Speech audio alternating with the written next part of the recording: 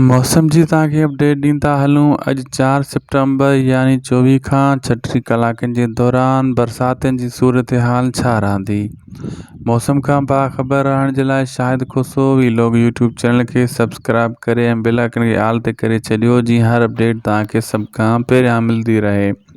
अगर Facebook page ते ॾिसी रहिया हो हीअ वीडियो तो महिरबानी करे फेसबुक पेज के फॉलो लाइक शेयर कयो, जी सभ खां पहिरियां तव्हांखे मौसम जी बरसातनि जी अपडेट मिलती रहे।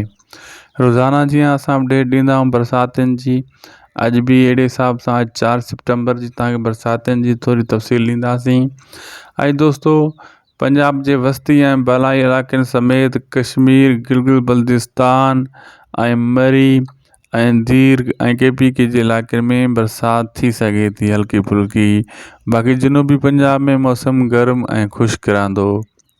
रही ॻाल्हि बलूचिस्तान जी, बलूचिस्तान जे डेरा बुगटी, कोल्लू, ग्वादर ऐं कुछ ॿियनि हल्कनि फुल्कनि मक़ामात ते बरसात जा इम्कान आहिनि, हिते बरसात थी सघे थी। बाक़ी बलूचिस्तान में मौसम गर्म ऐं खुश्क रहंदो। सिंध जी तव्हांखे सूरत हाल ॿुधाईंदा हलूं दोस्तों। सिंध जे वॾे शहर कराची ऐं सैली पटन समेत कुछ चंद ॿियनि मक़ामात ते हल्की फुल्की बरसात थी सघे थी। बाक़ी अंदरूनी सिंध में मौसम गर्म ऐं खुश्क रहंदो। जनूबी पंजाब ऐं अंदरूनी सिंध में मौसम गर्म ऐं खुश्क रहंदो। बाक़ी सैली पटन ते कराची ऐं कुछ हल्के फुल्के मक़ामात ते बरसात थी सघे थी। रोज़ाना जी अपडेट हूंदी आहे असांजी, अहिड़ी मौसम जी अपडेट खां बाख़बर रहंदा कयो। असांखे ॾींदा इजाज़त, मिलंदासीं नेक्स्ट वीडियो में। ख़ुदा हाफ़िज़।